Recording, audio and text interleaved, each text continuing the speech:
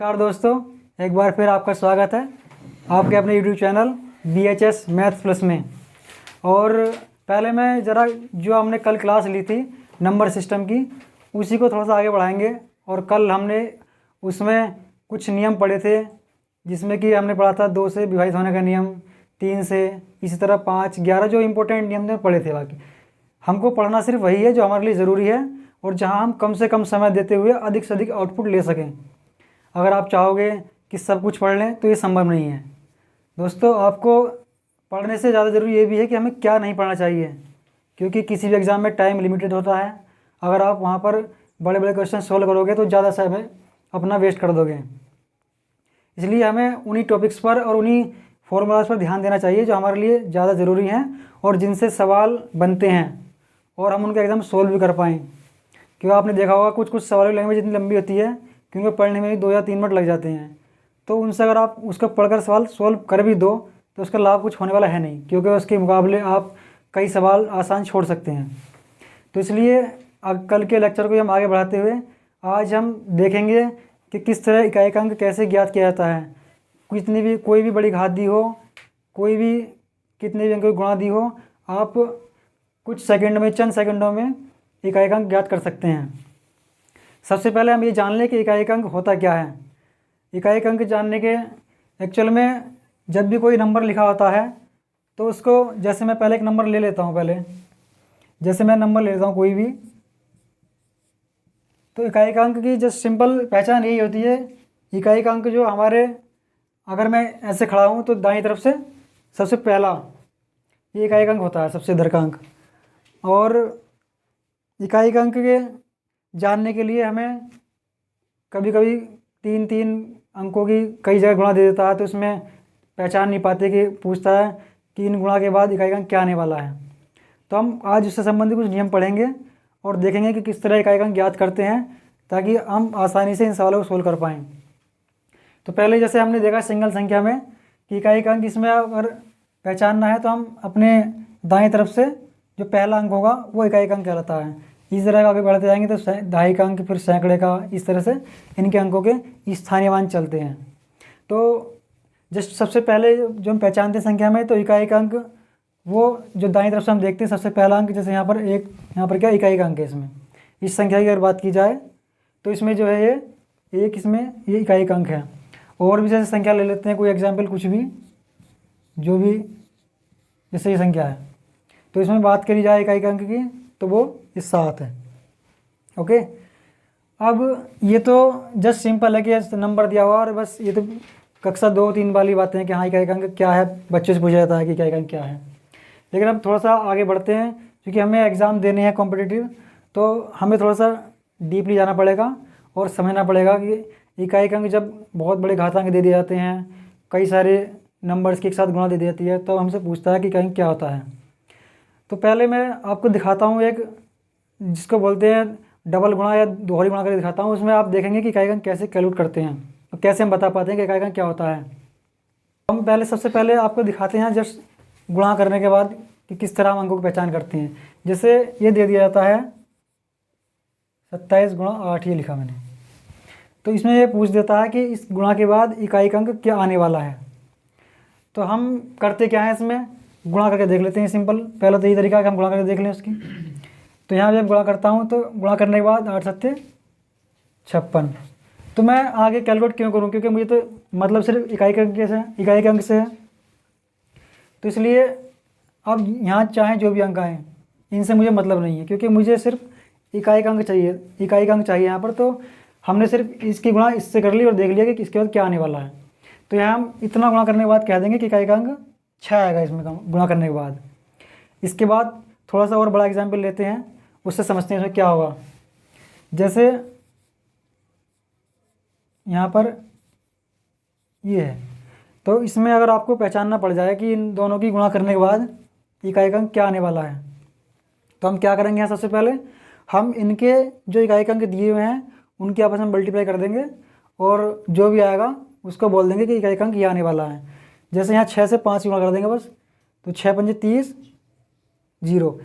बाकी इधर चाहे जो भी आता हो, यहाँ पर पूरी गुणा करने की जरूरत नहीं है हमें सिर्फ, क्योंकि हमें जानना है कि इकाई अंक क्या आने वाला है गुणा के बाद। तो हम जस्ट इन दोनों संख्याओं के इकाई अंक को गुणा करने के बाद देख लेते हैं उसका क्या आने वाला है मल्टीप्लिकेशन। अब जैसे यहाँ पर गुणा किया इनका, तो हमने देखा 6 से गुणा करने के बाद 5 से गुणा करने के बाद ये 30 आता है, तो हमने उसका इकाई अंक जो शून्य है वो इधर लिख दिया और बाकी को हम छोड़ देते हैं। लेकिन आपको ये जानना चाहिए कि ये आता कैसे है। तो मैं एक आपको इसकी गुणा करके दिखा देता हूँ कि ये कैसे आता है। तो हम इसकी गुणा सबसे पहले जो तरीका होता है उसी से करेंगे। इसकी गुणा करने का तरीका जो हम करते हैं ऊपर नीचे लिख के उससे देखते हैं कि ये इसके अंदर होता क्या है। एक्चुअल में हम ऐसा क्यों बोल रहे हैं कि इसकी गुणा से करने के बाद हमें इकाई अंक सीधे सीधे मिल जाता है। तो इधर देखिएगा तरीका, ये आपने सीखा होगा तरीका, हमेशा छोटी क्लास सिखाया जाता है। तो इसमें करते क्या है, हम पहले एक अंक की गुणा करते हैं जो ऊपर नंबर दिया हुआ है। जैसे गुणा के लिए सिंपल तरीका हुई, 6 से गुणा करेंगे हम 25 की पहले। तो यहाँ पर 6 पंजे 30, 6 दूनी 12 और 3 15, तो 150। अब जो मैंने जीरो लिखा था वो मैंने जीरो क्यों लिखा उसका रीज़न यहाँ पर स्पष्ट हो जाएगा। जैसे अब जब 6 की गुणा मैंने 25 में कर दी अब, तो यहाँ पर 150 प्राप्त हो जाता है हमें। लेकिन जब हम अगली गुणा करेंगे तो उससे पहले हम यहाँ पर एक क्रॉस चिन्ह लगाते हैं। ये क्रॉस चिन्ह लगाने के बाद तब हम अगले अंक की गुणा दिए हुए नंबर में करते हैं। तो यहाँ पर इसके बाद गुणा करते हैं इसकी, तो 7 पंजे 35, 7 दूनी 14 और 3 17। अब आप देख रहे हैं कि इस जीरो के नीचे क्रॉस है, तो ये जीरो सीधा सीधा इसके नीचे एज इट इज़ आ जाएगा और बाकी आप जोड़ देंगे जो भी आएगा।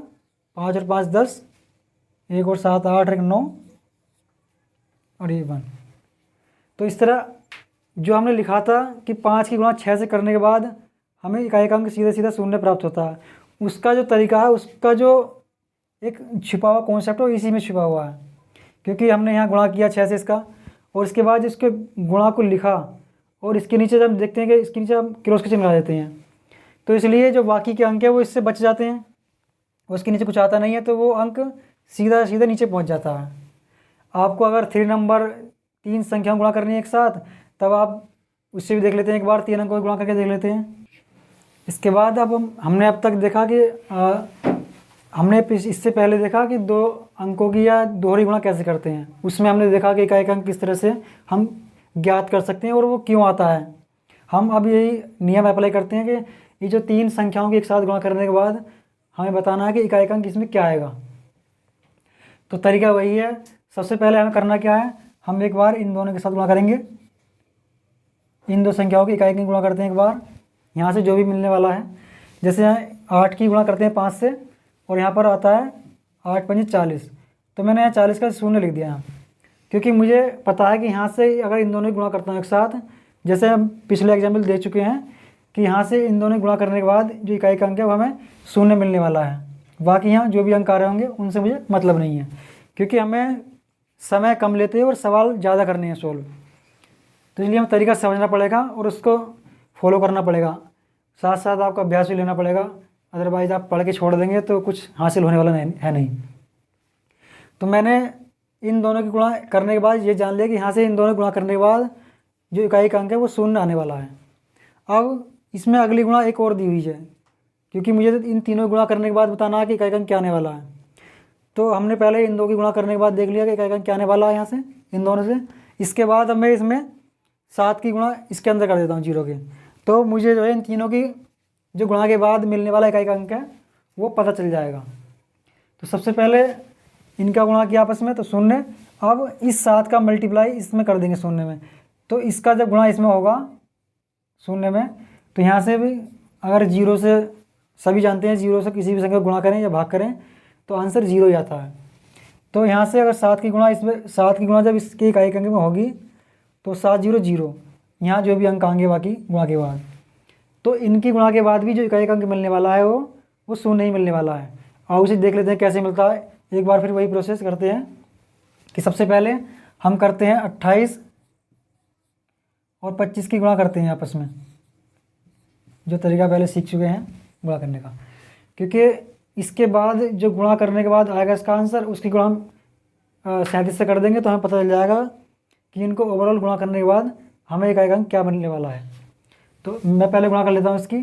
तो 8 पंजे 40, 8 दूनी 16 और 4 20। अब फिर वही यहाँ क्रॉस, 2 पंजे 10, 2 दूनी 4 और 1।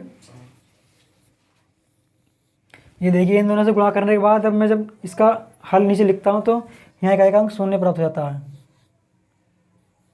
ये जो मैं पहले ही लिख चुका हूँ इसके करने के बाद। अब जो गुणा कर आई है हम उसकी गुणा जो बचा हुआ ये अंक है 37 एक संख्या है, इससे कर लेंगे तो हमें पता चल जाएगा कि इन तीनों गुणा करने के बाद इकाई का अंक क्या आने वाला है। तो इसकी गुणा मैं करता हूँ और साइड में इधर जो कि इनकी गुणा आ चुकी है यहाँ पर 700 पहले से ही। अब बचा हुआ 37 की गुणा कर लेते हैं एक बार। तो गुणा करेंगे तो 7 0 0, 7 0 0, 7 7 49, इस तरह से 3 0 0, 3 0 0, 3 7 21।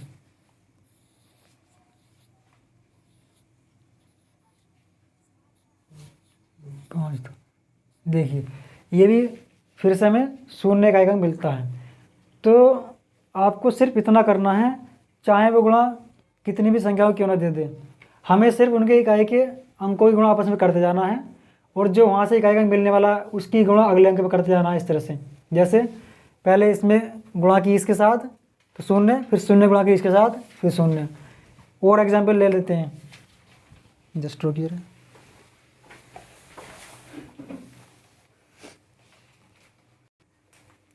आते हैं चलते हैं एक और एग्जाम्पल की तरफ। अब ये नंबर है, अब इसमें हमें कैलकुलेट करना है कि इसमें इकाई का अंक क्या आने वाला है इनकी गुणा करने के बाद। अब अगर आप इन सबकी गुणा करने लग जाओगे तो हो सकता है कि एग्ज़ाम के कई मिनट इसकी गुणा करने में खर्च हो जाएँ। तो हम जो हमने सीखा है उसी के अनुसार इसका हम इकाई का अंक ज्ञात कर देंगे और आप देखेंगे 10 सेकंड से कम में भी इसका आप अगर प्रैक्टिस कर लेते हो सवाल ठीक ठाक सी तो मुश्किल से 10 सेकंड में इसका इकाई का अंक बता पाओगे। लेकिन जब आप अभ्यास नहीं करोगे तो नहीं बता पाओगे। आपको सीखना पड़ेगा, अभ्यास करना पड़ेगा साथ साथ।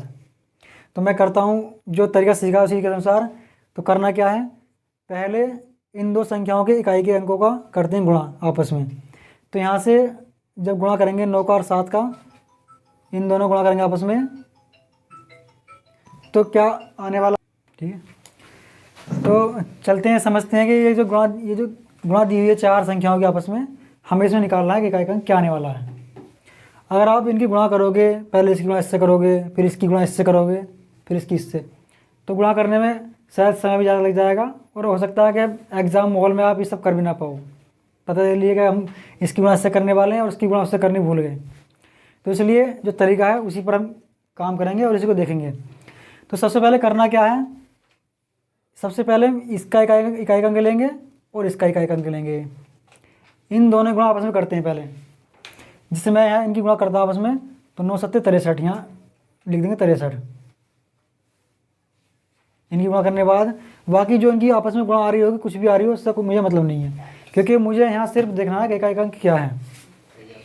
तो मैंने पहले आपस में इन दोनों की गुणा की और इनकी गुणा करने के बाद 9 की और 7 की 63 आता है।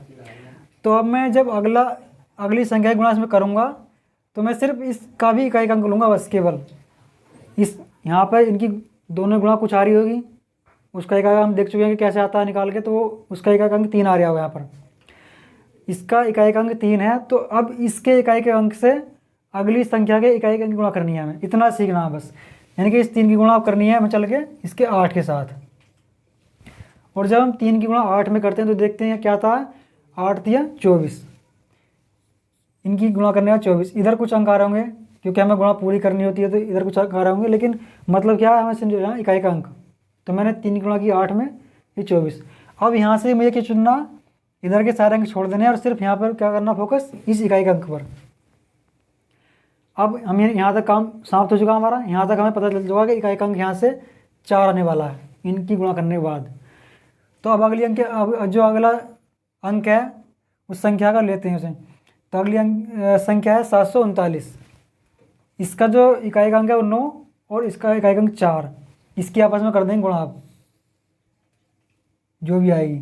तो 9 की गुणा करेंगे 4 में, तो 9 चौक 36, और बाकी जो भी इधर आ रहा होगा गुणा करने के बाद, तो यहाँ पर हमें लास्ट में क्या प्राप्त होता है 36, यानी कि जो लास्ट में 9 की और 4 गुणा की तो 36 आता है यहाँ से। तो इसमें देखना है इकाई अंक क्या है, तो हम देख पा रहे थे सीधे से 6 इसमें ये इकाई अंक हो जाएगा इसके अंदर। तो आप चाहे इसको चेक कर लो, आप इसकी गुणा करते हो तो लास्ट में जो इकाई अंक मिलने वाला है वो 6 मिलने वाला है।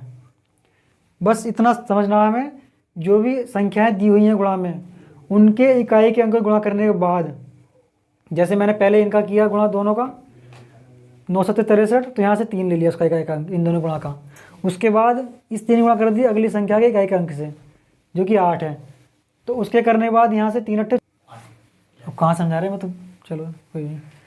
तो जैसे हमने देखा इसमें ये संख्या दी हुई है, तो पहले इसकी गुणा इसमें की, तो यहाँ से 63, इसका भी लिया इकाई का अंक इन दोनों गुणा का। उसके बाद इसके इकाई का अंक गुणा करी अगली संख्या के इकाई के अंक से जो कि यहाँ पर 8 है, और 8 की और 3 गुणा करने के बाद आता है 24। फिर मैंने इसका भी इकाई का अंक ले लिया इस गुणा का भी, और इसकी गुणा करी अगली संख्या के इकाई का अंक जो कि 9 है, तो वहाँ से गुणा करने के बाद आता है 36, तो इसका चुनना में इकाई का अंक तो जो कि 6 है। तो अब सीधा बोल देंगे इन चारों की गुणा करने के बाद जो इकाई का अंक मिलने वाला है वो 6 है। तो इस तरह हमें सारी गुणा नहीं करनी है, सिर्फ जो संख्या दी हुई हैं उनके इकाई के अंक को गुणा करते जाना आपस में, और जो गुणा करके इकाई का अंक आने वाला है उसके इकाई का अंक जिस तरह यहाँ लिया 63, इसका 3 ले लिया, फिर इसमें गुणा कर दी, फिर इनका आया 24, इसका 4 लिया, फिर इसमें गुणा करी। तो इस तरह से हमें कैलकुलेट करना है। हम इस तरह चाहे वो कितना भी बड़ा दे दे, हम मुश्किल से 10 या 15 सेकंड उसको कैलकुलेट कर सकते हैं अगर हम जानते हैं ट्रिक तो।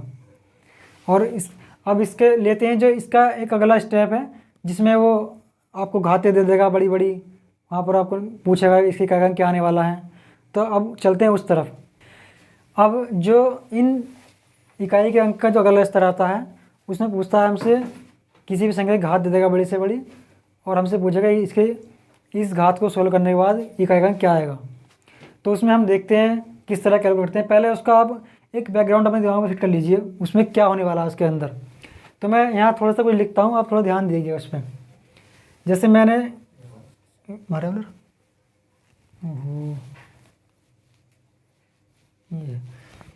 जैसे मैं लिखता हूँ यहाँ पर, पहले आप थोड़ा ध्यान से देखिएगा। 2 की घात 1। अच्छा, घात का मतलब समझते हो, घात का क्या है? जिसकी जितनी घात है मतलब उसका उतनी बार गुणा। जैसे यहाँ 2 की घात 1 है तो इसका मतलब क्या है कि 2 की एक ही बार गुणा तो 2 ही रह जाएगा। तो मैं अगर 2 की घात 1 करता हूँ तो आंसर आता है यहाँ 2। इसका अगला लेवल क्या आएगा? 2 की घात 2। इसका मतलब क्या है कि 2 की घात 2 का मतलब है 2 की 2 बार गुणा। तो देख लेते हैं 2 की घात 2 सोल्व करने के बाद क्या आया? 4। इसके बाद देखते हैं तीसरा, तो यहाँ पर इसकी 3 बार गुणा, और ये आंसर 8। समझते चलना साथ साथ इसमें क्या होने वाला है यहाँ से ही, क्योंकि जो घात की जो देखेंगे कि इकाई का क्या निकालना, तो बैकग्राउंड ऐसी बनेगी। मैं बहुत इसको बेसिक से जो कर रहा हूँ और इसको पढ़ेंगे बहुत डीपली। अब ये 2 का 4 जो कि आने वाला आंसर 16। ये नेक्स्ट इसी का एक रूप और ले लेते हैं समझने के लिए। 4 देख लिया, 2 का 5 देखते हैं इस तरह से। तो मैं ज़्यादा इसको एक्सपेंड ना करते हुए मैं इसका सीधे सीधा आंसर लिखने वाला हूँ यहाँ पर, क्योंकि 2 के बाद 4 का मतलब 16 है।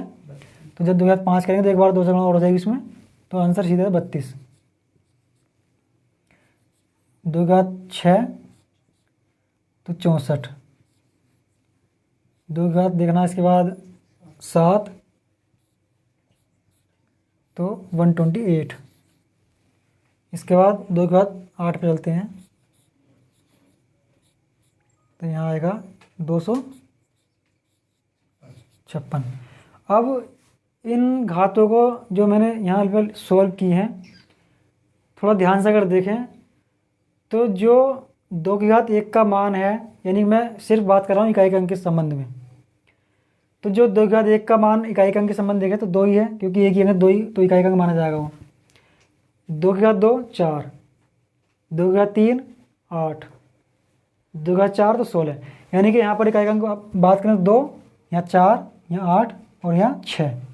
सिर्फ बात करेंगे इकाई के अंक की। अब इसके अगला देखते हैं स्टेप। तो 2 के बाद 5, तो यहाँ भी 2 है इकाई का अंक, और यहाँ भी कितना है 2। यहाँ पर 2 के बाद 4, तो 4, 6, तो यहाँ भी 4।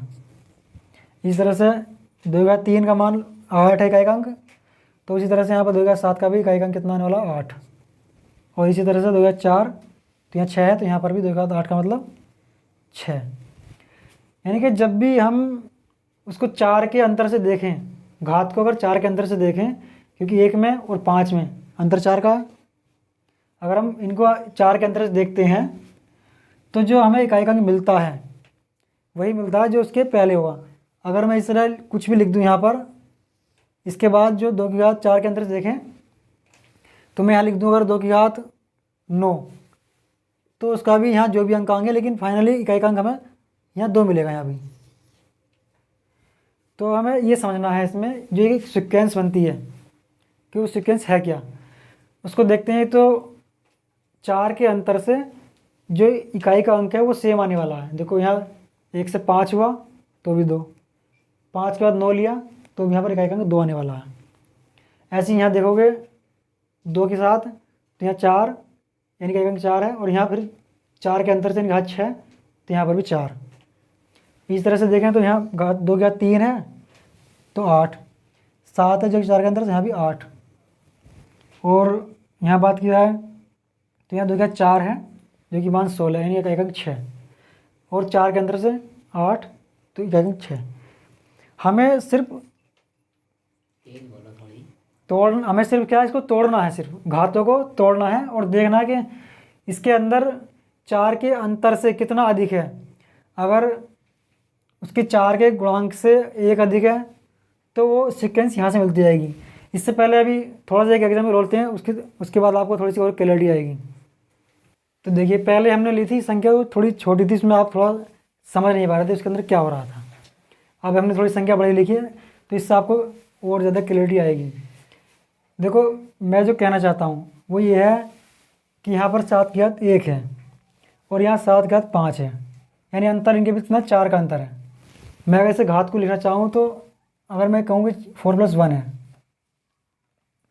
ये 4+1 है, अगर ये 5 का मतलब 4+1 लिख दूँ तो यहाँ पर अंतर 4 का है, और जो यहाँ 7 है इकाई का अंक के रूप में, तो यहाँ भी 7 है। इसी तरह देखें तो 7 की घात 2, इकाई का अंक 9 है। उसी तरह यहाँ पर देखें जाए तो अगर 4+2 करें तो इसको 6 को, तो क्या हो जाएगा, इसके जो यहाँ इकाई का अंक है 4 के अंतर के बाद यहाँ पर भी वही इकाई का अंक आने वाला है, जो कि यहाँ भी 9 है और यहाँ भी 9। इसी तरह देखें तो जो 7 की घात 3 में है इकाई का अंक, वही 7 की घात 7 में भी है 3। हमें फोकस करना है इकाई का अंक के लिए। इसी तरह से जो 7 की घात 4 में है इकाई का अंक, और वही जो है 7 की घात 8 में भी आने वाला है। तो मेरा कहने का मतलब ये है कि जब भी हम 4 से किसी को 4 के अंतर से घाते देखते हैं तो उनके द्वारा इकाई का अंक रिपीट होता है हर बार। जैसे यहाँ रिपीट हुआ 7 की घात 1, तो यहाँ 7, फिर 5 पे रिपीट हो गया। इस तरह से अब जो भी 7 की घात 9 होगा तो यहाँ भी जो इकाई का अंक है वो 7 आने वाला है। ये है कहने मतलब। तो मुझे लगता है आप समझ में आ गया होगा कि इसके अंदर क्या होने वाला है। तो हम इसके जो एक फॉर्मूले प्रारूप है उस पर चलते हैं, उस पर काम करते हैं, थोड़ा सा देखते हैं क्या फॉर्मूला है। जैसे इकाई का अंक ज्ञात करने का ये, अब इसका ये मतलब जैसे अंतिम लेवल यही है, आपसे पूछ देगा कि जैसे ये दिया 4 की घात 17, तो इसमें इसकी घात 17 करने के बाद इकाई का अंक क्या आने वाला है हमसे ही पूछेगा। तो हम कभी भी एग्ज़ाम में घात तो सॉल्व कर नहीं सकते, तो हम वही ट्रिक अपनाएंगे इसकी जो हमने पहले की थी।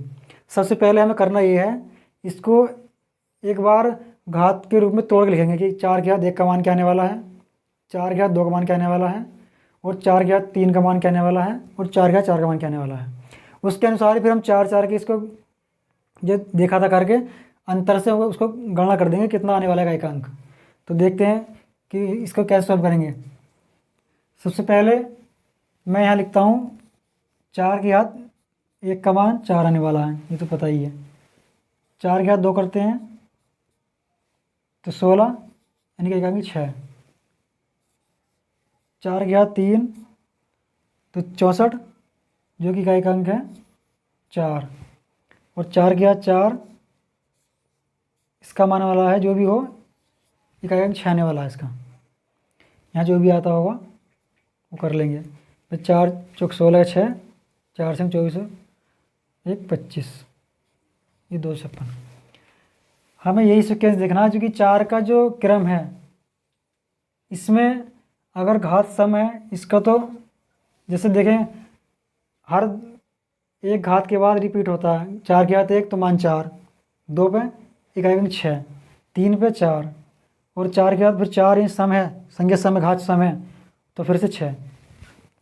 तो ये बहुत सिंपल है। इसमें अगर कभी भी ऐसा पूछ दें तो बस ये देखना कि घात सम है या विषम। अब जैसे मैं ये घात 4 का 17 क्या है, एक विषम संख्या है, 17 विषम संख्या है, तो हम सीधा बोल देंगे कि इसके जो जब इसको सॉल्व करेंगे तो इकाई का अंक जो है वो 4 आने वाला है, क्योंकि हम देखें तो 4 क्या देख करते हैं विषम, तो 4 है। 4 का 3 का मान लेते हैं, जो कि एक घात जो कि 3 विषम संख्या है, तो फिर से 4। तो इसी तरह 4 के 17 अगर आप लेते हैं तो 17 विषम संख्या है, यही विषम संख्या है, तो इसका मान भी क्या आने वाला है, इसमें जो इकाई का अंक आने वाला है, क्योंकि टॉपिक जो हमारा है इकाई का अंक। तो जैसे देखते हैं 1 का मान, 1 अगर इसकी घात 1 की तो 4, इसी तरह अगर इसकी घात 3 की तो 64 जो कि इकाई का अंक फिर भी 4। इसी तरह हम देखेंगे अगर अगला करेंगे 4 के घात 5 करें अगर, तो यहाँ भी 4 ही आने वाला है। तो इसी तरह से अगर 4 के घात विषम में है तो यहाँ तो सिंपल है, कुछ नहीं करना, एक बार ये अपने आप से लिख के देख लीजिएगा, और उसके बाद ये सवाल खुद बता देगा कि इसके बाद क्या होना क्या है, क्योंकि घात विषम है तो इसका मान बताओ फिर देख के क्या आने वाला है। अगर समझ चुके हो तो इकाई का अंक क्या आने वाला है इसके अंदर, 4 आने वाला है। कैसे बचाना, क्योंकि जो अगर घात विषम है तो इसका इकाई का अंक 4 ही आ रहा है हर जगह, यहाँ भी, यहाँ देखा और यहाँ भी। तो यहाँ तो सीधा लिख देंगे कि इकाई का अंक यहाँ 4 आने वाला है, जो भी यहाँ बाकी अंक आ रहे होंगे, लेकिन फाइनली इकाई का अंक 4 आएगा। लेकिन 9 के साथ देखते हैं क्या कंडीशन बनती है 9 के साथ लगा के। इसको भी पहले करना यही है, पहले ये 4 तक लिख लेना, क्योंकि 4 के बाद हमेशा जो इकाई का अंक है वो रिपीट होते हैं, इसलिए हम 4 तक लिख के देख लेंगे एक बार किसी साल में, तो हमें उसका आइडिया मिल जाएगा। तो 9 के बाद 1 का मान ये 9, 9 के बाद 2 तो 81, 9 के बाद 3 तो 9 का 9 9 72, 729, 9 का 4, मैं पूरा सोल्व नहीं कर रहा, उसको छोड़ दे रहा हूँ, 9 ने 81 और 9 ने 18, 9 ने छोड़ो जो भी आ रहे होंगे यहाँ ये। अब यहाँ क्या सीक्वेंस बनता है 9 के साथ, तो 9 देखो यहाँ पे हम किया 9 के हाथ 1 तो इकाई का अंक 9, 2 तो इकाई का अंक 1, फिर घात की इसकी 3 तो इकाई का अंक फिर से 9, 4 घात करने के बाद फिर 1। यहाँ भी जो 4 का प्रोसेस है वही प्रोसेस 9 का भी है, यानी कि अगर घात विषम है तो 9, जैसे यहाँ देखो ये घात विषम है तो 9, घात विषम है फिर से 9 इकाई का अंक, यहाँ जो भी आएगी 5 घात कर दूँ इसकी मैं जो कि विषम है, तो फिर यहाँ भी इकाई का अंक 9 आने वाला है। तो कहने का मतलब ये कि अगर घात विषम है तो यहाँ पर इकाई का अंक 9, घात सम है तो इकाई का अंक 1, घात सम है तो इकाई का अंक 1। यहाँ जो भी आएगा मैं लिखता हूँ होगा 6, तो ये भी क्या है घात 6 विषम सम संख्या है, भी है घात सम संख्या में, तो क्या आने वाला इकाई का अंक यहाँ भी 1, ये समझना।